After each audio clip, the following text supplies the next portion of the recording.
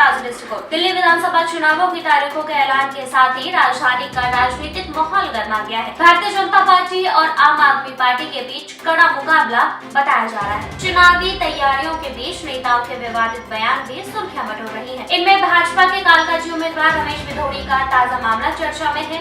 उनके बयान पर दिल्ली की मुख्यमंत्री आतिशी ने प्रेस कॉन्फ्रेंस के दौरान भावुक होकर प्रतिक्रिया दी है। हालांकि राजनीति में महिलाओं पर विवादित टिप्पणियों का ये कोई नया मामला नहीं है। समय समय पर भारतीय राजनीतिज्ञों की जबान फिसल जाती है कि वो अनाप शनाप बयान देते हैं और फिर खीसे निपोड़ते हुए उन बयानों पर माफी मांगते हुए नजर भी आते हैं। आइए देखते हैं ऐसे ही कुछ बयान जब नेताओं को हो गया था बड़बड़ डायरिया और वो अपने आसपास के माहौल को भूलकर अपने दिल की सच्चाइयों को कर बैठे हैं बयान। शुरुआत करेंगे सबसे ताजा मामले यानी रमेश बिधूड़ी से। इन्होंने हाल ही में मुख्यमंत्री आतिशी और कांग्रेस नेता प्रियंका गांधी वाड्रा को अपने निशाने पर लिया। उस क्रम में ये भूल गए थे कि वो सिर्फ राजनीतिक प्रतिद्वंदी है, दुश्मन नहीं। बिधूड़ी ने कहा कालकाजी की सड़कें और प्रियंका गांधी के गालों की तरह चिकना बना देंगे। इस मुद्दे पर खूब बवाल मचा और जब अच्छी खासी फजीहत हो गई तब बिधूड़ी साहब वही करते नजर आए जो उन्होंने पहले अनगिनत नेताओं अपनी बेलगाम जुबान के चलते कर चुके हैं। जी हाँ, माफी मांगते नजर आए हैं, लेकिन ज्यादा देर नहीं लगी उनको दोबारा अपने रंग में वापस आने में।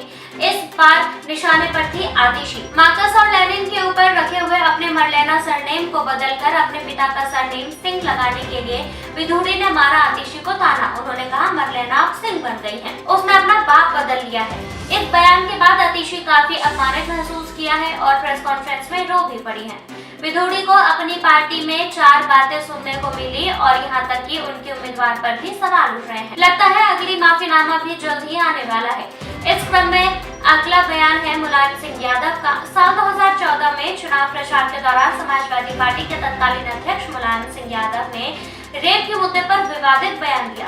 उन्होंने कहा लड़कियां पहले दोस्ती करती हैं और फिर मतभेद होने पर उसे रेप का नाम दे देती हैं। लड़कों से गलती हो जाती है, क्या रेप केस में फांसी दी जाएगी? ये कितना सही होगा? इस बयान पर भी देश भर में तीखी प्रतिक्रिया हुई है। इस क्रम में हम दिग्विजय सिंह के बयान को कैसे भूल सकते हैं। 2013 में कांग्रेस के महासचिव दिग्विजय सिंह ने मध्य प्रदेश के मंदसौर में एक जनसभा को संबोधित करते हुए क्षेत्र की सांसद मीनाक्षी नटराजन को लेकर विवादित टिप्पणी की। उन्होंने कहा मीनाक्षी नटराजन 100 टन माल है।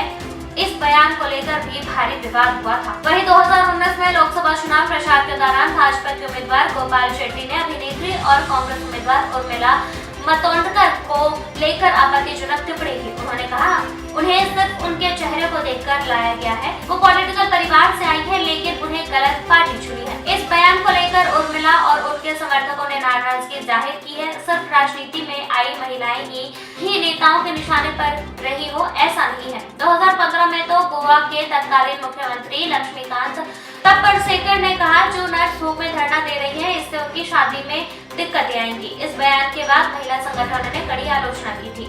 2008 में दिल्ली के तत्कालीन मुख्यमंत्री शीला दीक्षित ने युवा टीवी पत्रकार सौम्या विश्वनाथन की हत्या पर टिप्पणी की थी। उन्होंने कहा सौम्या की हत्या दुखद है लेकिन महिलाओं को ज्यादा एडवेंचरस नहीं होना चाहिए। ये शीला दीक्षित का विक्टिम शेमिंग बयान माना जा रहा था और इस पर उन्होंने खूब खरी खोली सुनी भी थी। इस सब नामों में प्रधानमंत्री का नाम भी शामिल है जो कई बार अपने महिलाओं को लेकर विवादित बयान के कारण विवाद में रह चुके हैं। 2004 में सोनिया गांधी को जर्सी गाय कहना का मामला हो या शशि थरूर की महिला मित्र सुनंदा पुष्कर को 50 करोड़ की गर्लफ्रेंड का कहकर बुलाना हो, इस बयानों पर भी काफी विवाद हुआ था। एक और बयान प्रणब मुखर्जी के पुत्र अभिजीत मुखर्जी का है जिन्होंने 2012 में निर्भया रेप कांड के बाद प्रदर्शनकारी महिलाओं पर विवादित बयान दिया था। इनका कहना था कि वो महिलाएं जो कैंडल मार्च में भाग ले रही हैं और आंदोलन कर रही हैं उनका जमीनी हकीकत से कोई वास्ता नहीं है। ये सुंदर औरतें भारी भरकम तरीके से डिटेंड और पेटेंट होकर आंदोलन करती हैं। इस बयान के बाद भारी आलोचना का सामना अभिजीत मुखर्जी और कांग्रेस दोनों को करना पड़ा था और अभिजीत मुखर्जी ने जैसे तैसे माफी मांगकर अपनी जान छुड़ाई थी। इस घटना से ये साफ होता है कि राजनीति में महिलाओं को लेकर दिए गए बयानों में अक्सर विवाद खड़ा किया गया है। ऐसा बयान न केवल व्यक्तिगत स्तर पर अपमानजनक है बल्कि समाज में नेताओं की सोच कैसी भी हो ये भी बताते हैं। फिलहाल के लिए बस इतना ही। ऐसी और भी खबरों के लिए देखते रहिए ताजा दृष्टिकोण और हमारे चैनल को लाइक, सब्सक्राइब और शेयर करना ना भूलें।